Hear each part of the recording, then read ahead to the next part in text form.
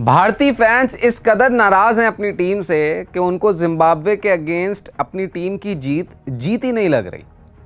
वही वहाँ पर शोर शराबा, हर क्रिकेट फैंस गुस्से में है।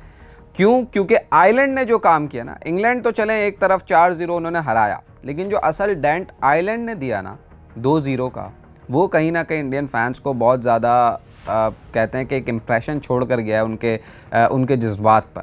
और यही वजह है कि इंडिया ने आज सीरीज़ तो जीत ली, दूसरा मैच हरा दिया, 3 मैचेस की सीरीज़ को 2-0 से लीड कर रहे हैं, लेकिन उसके बावजूद भी भारत से ये आवाज़ें आ रही हैं कि यार ये तो जिम्बाब्वे को हरा रहे हैं। मतलब जिम्बाब्वे के अगेंस्ट जीत भी कोई जीत हुई, ये चर्चा है इस वक्त भारत में।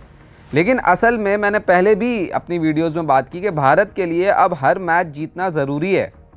अभी सुनने में आ रहा है कि अफ़गानिस्तान भी दिल्ली में इंडिया को होस्ट करेगा T20 सीरीज़ के लिए, तो T20 की तादाद मज़ीद बढ़ जाएगी।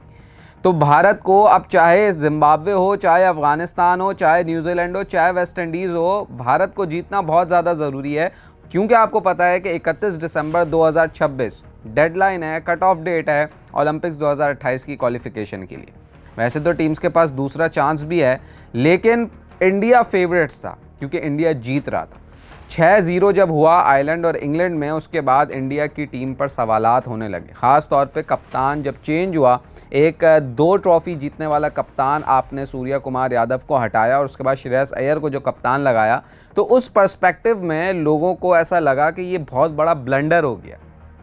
और उस सीरीज़ के बाद एक जिम्बाब्वे टाइप की सीरीज़ की ज़रूरत थी जहां पर कॉन्फिडेंस मिले। हमने पिछले मैच में देखा इंडिया के सूर्यवंशी ने 50 की, अपनी पहली इंटरनेशनल 50 की, यंगेस्ट प्लेयर बना 50 करने वाला इंटरनेशनल क्रिकेट में T20 फॉर्मेट में ख़ास तौर पे। उसके बाद आज हमने देखा ईशान किशन ने अपनी 12वीं T20 आई 50 की। इस साल उनकी ज़बरदस्त फॉर्म चलते हुए आ रही है। तिलक वर्मा, जिस पर बहुत ज़्यादा तनकीद हुई स्लो खेलने पर, उसने 60 रन बनाए और इंटेंट के साथ बनाए, अच्छे स्ट्राइक रेट के साथ बनाए और इंडिया को एक कंपोजिंग टोटल पर उस ग्राउंड पर पहुंचाया। क्योंकि हरारे में आप देखते हैं कि बड़ी बाउंड्रीज़ हैं, बाउंड्रीज़ लगाना इतना आसान नहीं होता। ये वो IPL की टिपिकल बाउंड्रीज़ नहीं है, लेकिन यहाँ पर इंडिया ने 200 प्लस का जो टारगेट लगाया वो कॉम्प्रीहेंसिव टारगेट था और जिम्बाब्वे किसी भी तौर पे वाइल्ड चेजिंग नज़र नहीं आई मैच में। और सरप्राइजिंगली अभिषेक शर्मा ने 3 विकेटें हासिल की।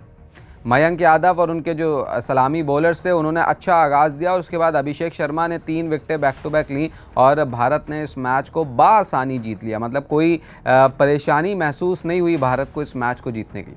तो 2-0 से ये सीरीज़ जीत ली है। 6-0 के बाद 2-0 की T20 आई सीरीज़ भारतीय फैंस के लिए एक समझ लें कि थोड़ा सा टर्न है। लेकिन किसी भी भारतीय फैन ने ये सोचा नहीं होगा कि ये भी वक्त आएगा कि भारत को जिम्बाब्वे के अगेंस्ट सीरीज़ जीतने पर इतना ज़्यादा जो है ना वो सुख का सांस लेने का मौका मिलेगा। क्योंकि भारत जिसने 2024 में T20 वर्ल्ड कप जीता अनबीटन, जिसने 2026 में सिर्फ एक मैच हारा और ट्रॉफी को डिफेंड किया T20 वर्ल्ड कप को, और 3 महीने के बाद यही भारत थोड़े से चेंजेस के बाद जब खेलने पहुंची आयरलैंड, तो आयरलैंड ने हिस्ट्री में पहली दफ़ा भारत को न सिर्फ एक मैच हराया बल्कि सीरीज़ में क्लीन स्वीप किया। इंग्लैंड ने 4-0 हराया, एक मैच बारिश की नज़र हुआ। उसके अलावा आप देखें कि 2021 के बाद पहली मर्तबा लगातार 2 सीरीज़ हारा भारत।